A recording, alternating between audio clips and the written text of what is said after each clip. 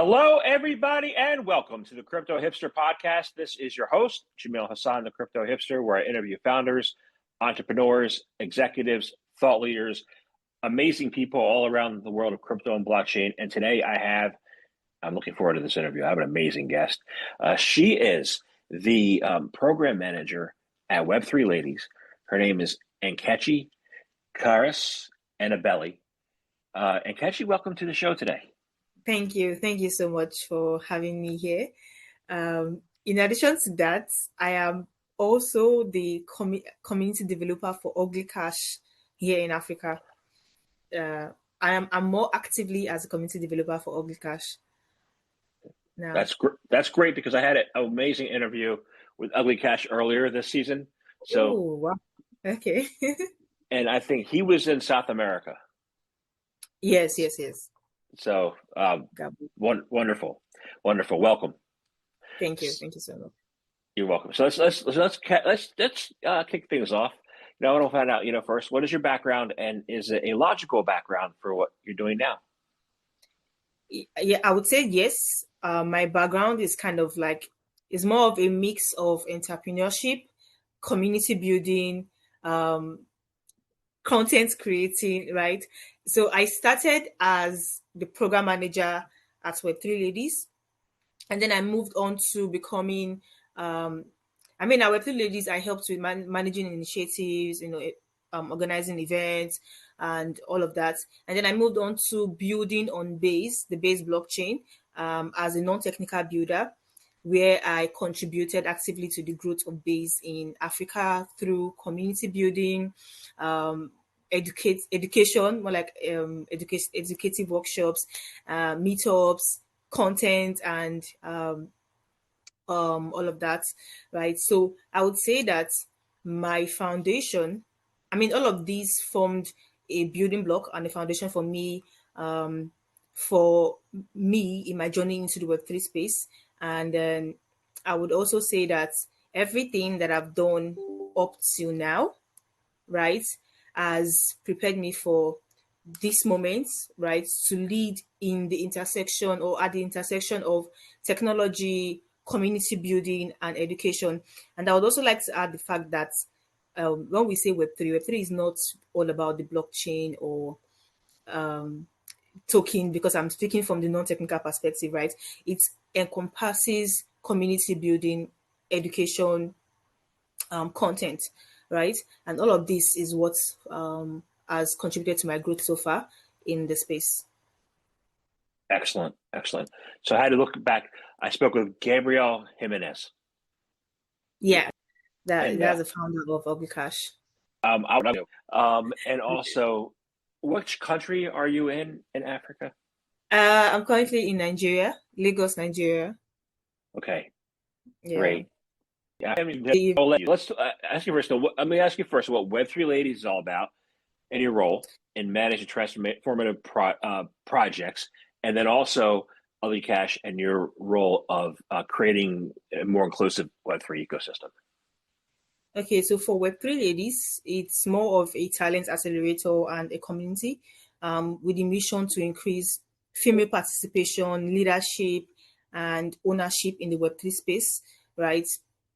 Our Web3 Ladies, we're not just building a future where women can be invited or take part in conversations, right? We're building one where these women actually lead conversations. And we've seen that over the years in the amount of amazing and incredible ladies we've, trained in the space. And then so we organize trainings, and we help to equip the ladies with the necessary skills that they need to excel in the space. And then my role centered around strategy, ensuring every activity runs smoothly, unblocking blockers, managing initiatives, finding gaps in the space, in the industry, and then designing programs to solve those gaps or to bridge those gaps. And then just ensuring that we are actually helping ladies, beyond just the information. So yeah. And then for UGLYCASH, like I mentioned, I'm the community developer for UGLYCASH in Africa, and my role involves helping to create a community around the products for UGLYCASH here, thereby increasing adoption for the products in Africa. And we started in August, and it has been amazing so far. We've been able to grow because one thing about growth or adoption for products is it goes beyond the technology itself. I mean, people don't really care about what what you're building. Like, they don't care about the infrastructure behind what you're building. They just care about it solving their problem one and being part of something. People want to be part of the growth process of a product. They want to be an integral part of your project, right? And that's where community come in, where we been able to convert users to members, so not just users, but to community members, and then not just community members to advocates, right? And that transition takes place when they become a part of the project.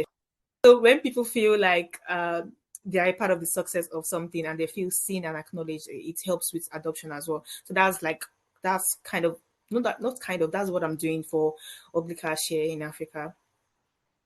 Great. So a lot of projects. Every crypto project, well, not every, but almost every, tries to develop a community that supports their coin. Some support project itself beyond the coin. I want to find out from you, what does it take to grow Web3 adoption from the ground up in emerging markets? What it takes to grow Web3 adoption from ground up. You mentioned something about creating a community. I mean, that's very important, right? But I would say that one of the community is very important in every product. There's no project or no successful products you see out there today that does not have a community, an active community, or once did not have a community in their startup phase. Like, community is more like the foundation for every adoption, right? Especially in the Web3 space. And so I would say that what it would take to grow Web3 adoption from ground up in emerging markets, one would be to focus on local context over global hype. And what that means is adoption grows when the tech or what you're building solves daily local problems, not just glorifying, the app hype or like chasing after global hypes, right? So and so to be able to like achieve this, builders need to focus on building products that actually solve real problem, right?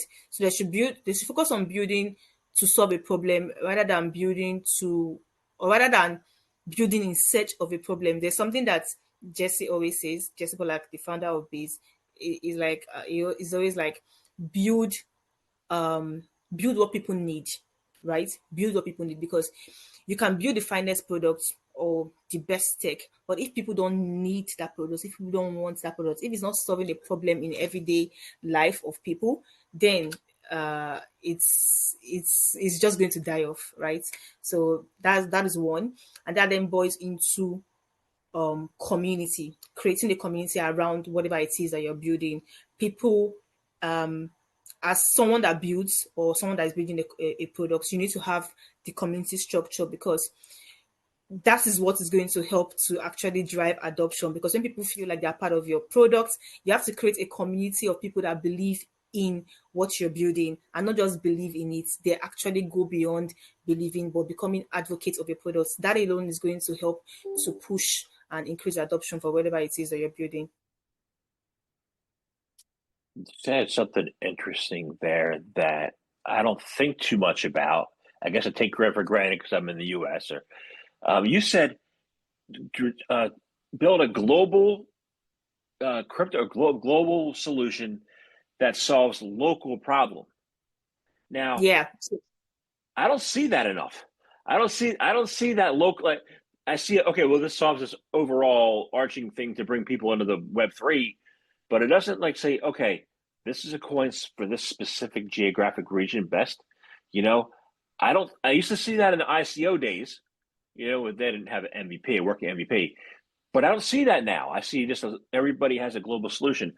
So what So would the be? thing is, Yeah. okay, so explain what I meant is when you're building, don't just direct your building to, oh, I want to solve one problem. Okay, let's say you're in Africa or you're in Nigeria, for instance, and you're building, and then you're thinking about the problem being faced in the US or in the UK, and then trying to build for that. The idea is that build from where you are. So build locally, build to solve the problem of your neighbor, of the next person, because this is what you can see. This is the problem you're seeing in this particular locality and society. You want to solve that. Once you're able to build to solve that, the littlest local problem, then you can now find a way to scale it globally. So the idea is to build locally, build to solve local everyday problem where you are right now, and then scale globally. Where you're at, what would be some local problems that you think would need solving right away that could then scale? I mean, one in Nigeria, one major problem is actually payments. I think that's why you see most products or most crypto products building payment solution, because for me that is an African or a Nigerian, I'm unable to pay for things, right? Most times online, I struggle with my local cards because I can't use them. So if imagine a Nigerian, this is a problem that we are facing here. So if you build a product that actually solves that problem, that I can be able to pay for things when I want to buy things, I can be able to pay for them online and get them. I can be able to send money to my friend or my family in another location right here from where I am in Nigeria. I mean, that is going to help to solve that kind of solution can actually scale globally to solve problems, right? Let's say again, you are building a solution around, let's say, maybe events or even invoice keeping or receipts, like being able to create a solution that helps businesses to manage their invoice or manage their accounts. Such a problem affects you or your neighbor locally, your neighbor doing small business, right? They don't know how to manage their accounts or invoices. So imagine building a solution like that. You're solving the problem of the next person, like a local problem, but that solution can actually be scaled globally. So let's say invoice solution, payment solution, all these solutions were created to solve local problems, but there are solutions that actually have the capacity to scale globally because many other localities also have or experience such problems or issues. Interesting. So when we're looking at building, right, there are a lot of nuances in Web3 projects, and the founders and entrepreneurs are not considering those nuances, right? So what are those nuances that you feel that are being overlooked and that they should be looking at? I would say that, just like you said, most founders don't really focus on those nuances, but they're important, right? Let's say most founders actually think that their products fail or think that Web3 products fail because of the tech, the tech behind it or the technology. But it actually goes beyond that. Like everything that I've been saying so far, it can fail because of lack of good GTM, that's go to market strategy, because technical founders are all about building, building the best tech, coding the best products. So they emphasize and they focus so much on the tech, and they put less effort in GTM. And so that usually affects the scalability of a product because people don't care about the infrastructure or how good the tech is. They want to be able to, if your product is not being seen by people, if you're not getting to the users that actually need to use these products, if people are not seeing it to use them, then it's just good for nothing, right? So it won't scale. Then another thing is also user experience, right? So creating the products, making it so good that people actually don't experience friction in using them. Making the user experience as simple as ABC. That also helps because again, you focus so much on building such a good tech, and then there are so many complexities. So if you want your product to scale, you need to be able to abstract all of the complexities as much as possible and make it as plain as like if I'm a user and I'm using a product, I don't want to feel like I'm using a crypto product. Or I'm using tech. I don't want to feel like it's tech. I want to just feel like, oh, I'm talking to somebody and I'm just, it's just so easy. Just make it very easy. So things that can make your project fail is lack of emphasizing or focusing on the GTM, side of things, because it's one thing to build and it's another thing to push it and for people to see and use it, right? So I think that the crux or the bulk of successful product actually depends mostly on the GTM, because you built it already, right? But people need to use it. So GTM, user experience, because again, there can be GTM, good GTM, like good go to market. People are hearing about your product and seeing your product, but when they get on board, it's so complex. It's there's so much friction in using it. It's not easy, or it's not easily understandable. So those things can actually kill a product from growing, right? And then I think those are like two major things in my opinion. And then another thing could be tokenizing, like your project, of like, let's say you launch a product and then the next 3 months you're like, oh, we are bringing a token for this product, we're launching our native token and whatnot. People are hyped and excited about that, and then they come on board for the token, right? And then after the token comes and they gain what they want to gain, most people just slip off, and then you've lost a lot of money in that, and you've also lost value. So you should focus more on making your product as easy as possible to reduce friction and reduce barrier to entry, and then focus on the GTM side of things. Those are those are two main important things for products to scale.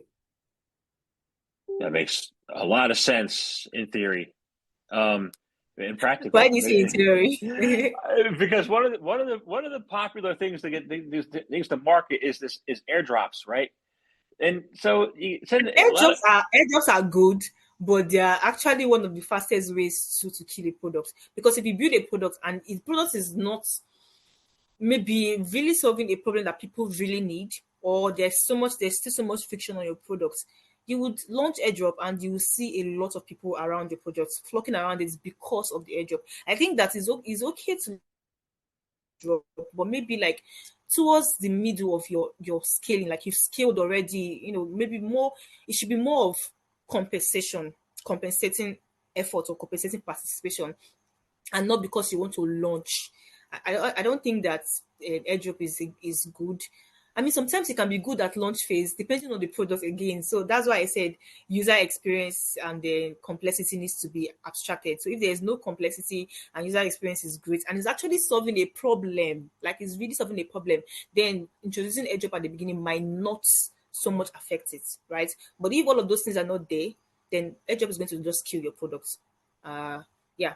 But I would recommend that you should actually launch such towards like 2 years or 3 years of actually building that product, because by that time you already have believers, you already have people that are actually using your product because they want to use it, because it's solving a problem they've imagine having a user base of people that actually believe in your product, that are using your products, that are even advocates, right? Without you giving them anything, without you I mean, you're giving them something because you're solving a problem for them, right? But without the airdrop, then that is real participation. That is real commitment. That is real loyalty. Now, when you reward that with airdrop at a later date or a later time, it builds and it makes the product grow better. But imagine just starting out and giving out airdrop. People are literally coming to your product because of the airdrop. And if you're unable to maybe sustain users, or your products, has some glitches and whatnot, you will just definitely just lose out. But you have spent a lot of money on airdrop already, and you've lost that on it. So I think you should focus more on building something that people need. When you do that, you don't need to use airdrop to entice people. People actually come around because you're solving a problem. And then after that, if you now reward participation over time with airdrop, it's better. It sticks better and lasts better. Okay, I agree with everything you said. I'm just trying to look at the timeline here. I'm looking at traditional companies. A traditional non-crypto, like Web3, non-Web3 company, like they will build a product, they will test it out, they'll get it in the local market, then they'll grow, and they'll do an IPO and become public, and the IPOs later on down the line. So what you're saying is the token drop, the airdrop should happen at the same point, similarly as the IPO, but in the beginning, which is right now, is the airdrops in the beginning to fund the project. If you're not funding the project with the airdrop, and what are you funding the project with, and how are you getting it out there locally, so that it can grow and you can get word of mouth and you can scale? What is that mechanism that will launch, your company into being a useful product? How do you do that? From the very beginning, I think the focus should be on, again, okay, education, right? So people need to understand the products. So you need to put as much as possible educational materials out there, and then reach out to people where they are. You can utilize social media platforms like Twitter, Instagram, Facebook, X, TikTok, put out educational content, and then probably promote this content to your um uh your target audience or your target users, because best believe that if people come across an educational content about a product that's really solving a problem for them, then they're going to come on board.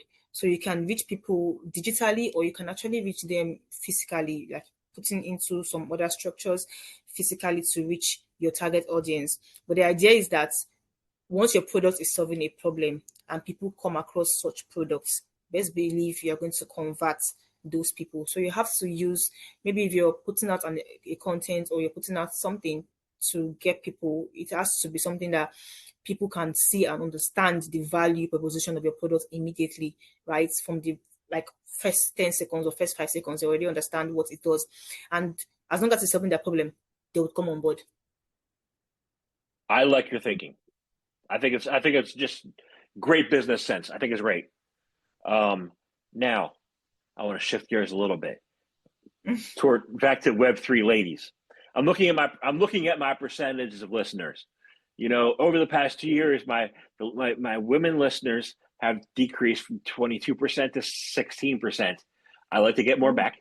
You know, uh, and my guest this season, I have a little bit less women than I usually have.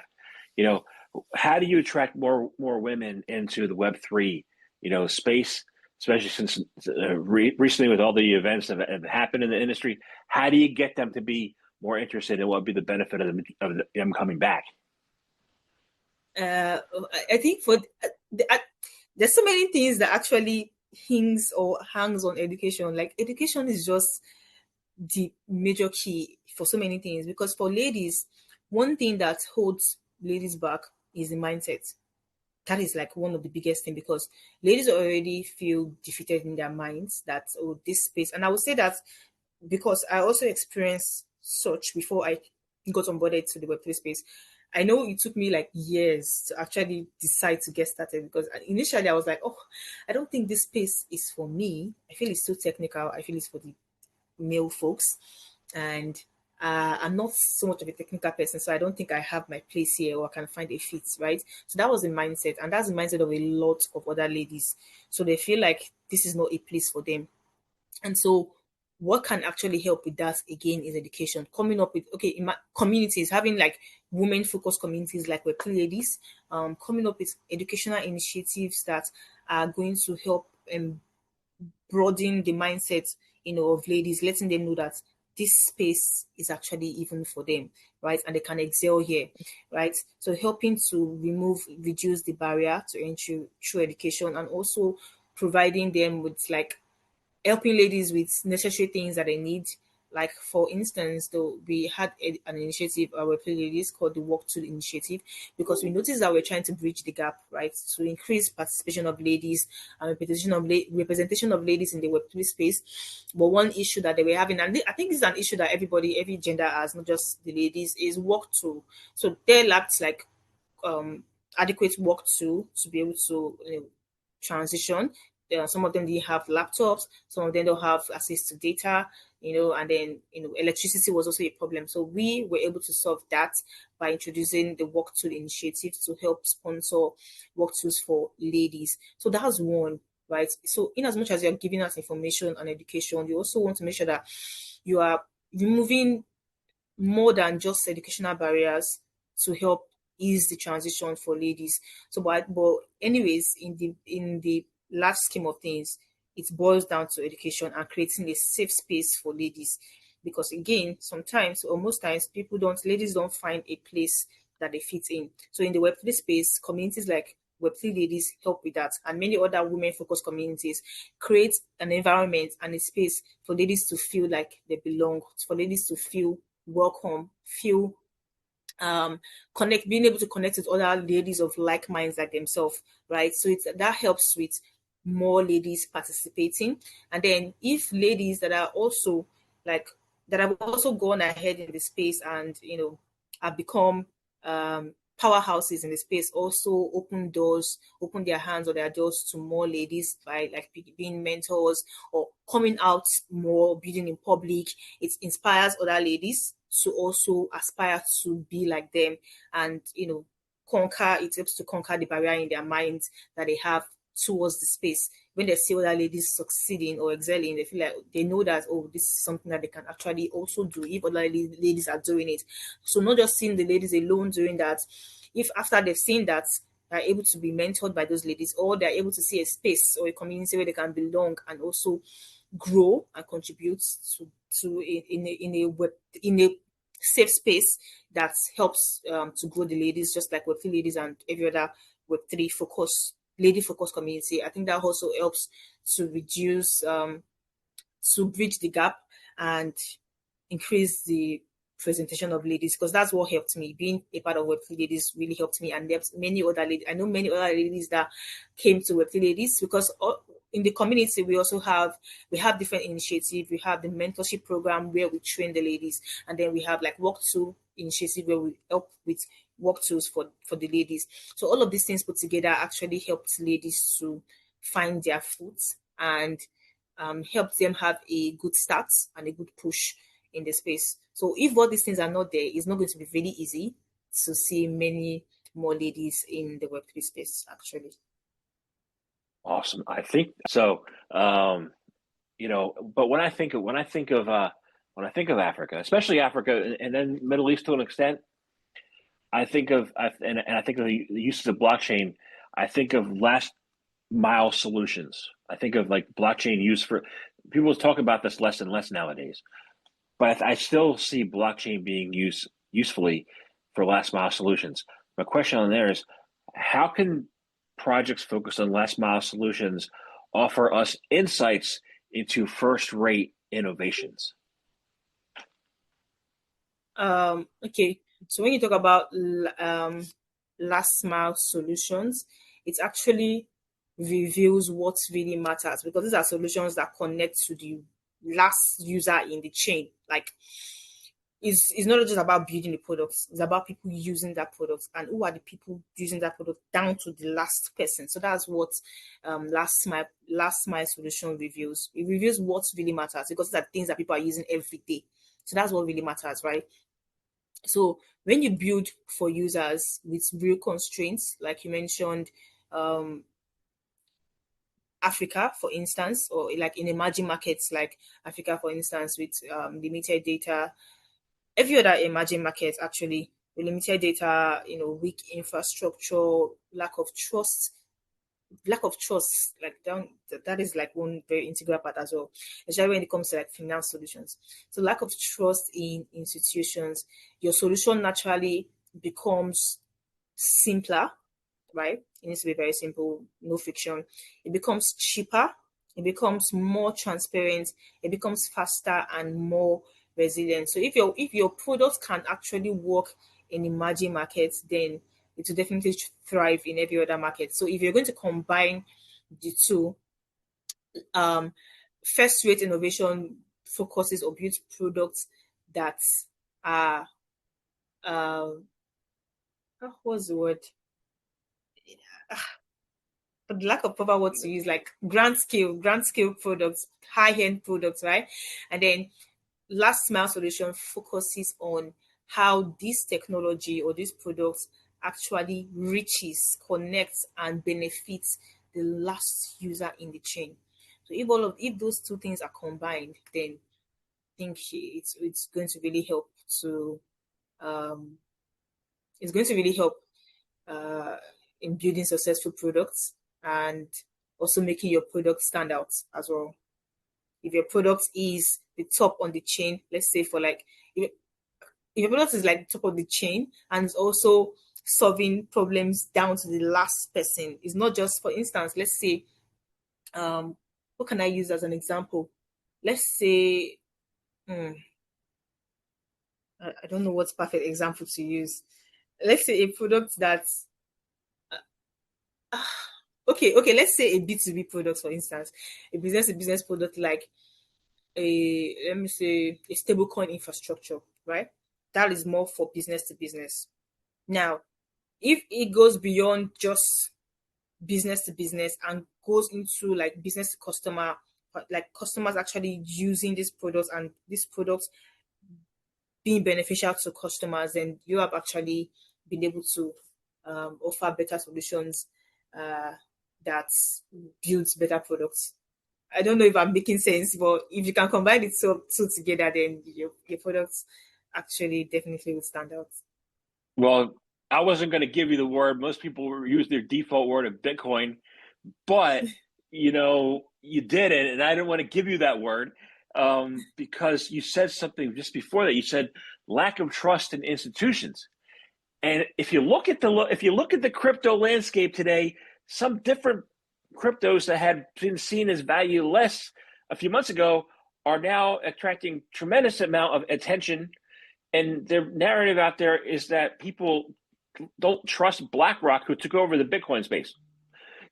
So we still have that lack of trust in institutions there, right? So how do you think that we can get beyond that?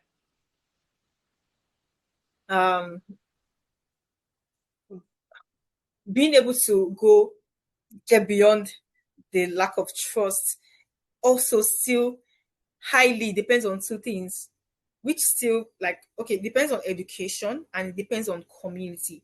When people feel like there's a presence, okay, you have a product and people can connect it to real humans, people can connect it, people can see like there is a community around such products, there are people that they can connect with, that they can see and connect with. I think that helps to reduce the trust issues that people have. So that is one. And then people getting on board the product and experiencing less friction, because the moment people start experiencing a lot of friction on the product, it starts building anxiety and making them feel like this product, I'm not sure if it's the first thing that just comes to their mind is scam. Once they experience little friction, the first thing that comes to their mind is scam. And in countries or in emerging markets like this, where people have actually been burnt, one of the best ways to get the trust of people is to build a product that is build a product that is solving problem, that has less friction, and build a community around your product. Let people see you, let people be able to connect with you, let people be able to like attach you like something. This is them, this is the product, this is the people, these are the people behind the product. Everybody is docs. They can see the founder, they can connect to the founder, they can speak with you at any time. Your doors are open. There's a community where people can talk, share their ideas, share their pain, share whatever it is, and they are being listened to. So I think all of those things can really go far to help, people building trust around the product. And I would say that is one thing that has helped me so far in causing adoption for UGLYCASH here in Africa, because when people hear about the financial products, they are always just scared. They are always just, because when it has to do with money, the trust is not there at all. What has contributed to trust so far for UGLYCASH here in Africa is the community, the kind of community that we have, the kind of community structure we have, the fact that we are open, we take ideas, we're open to everybody. Like, you can actually feel like you're a part of it. If you come online or go anywhere, you see people calling themselves ugliers, like they've personalized the product, right? Because they can connect, they feel connected, they feel like they're part of it. The community is like an environment where people feel like they belong.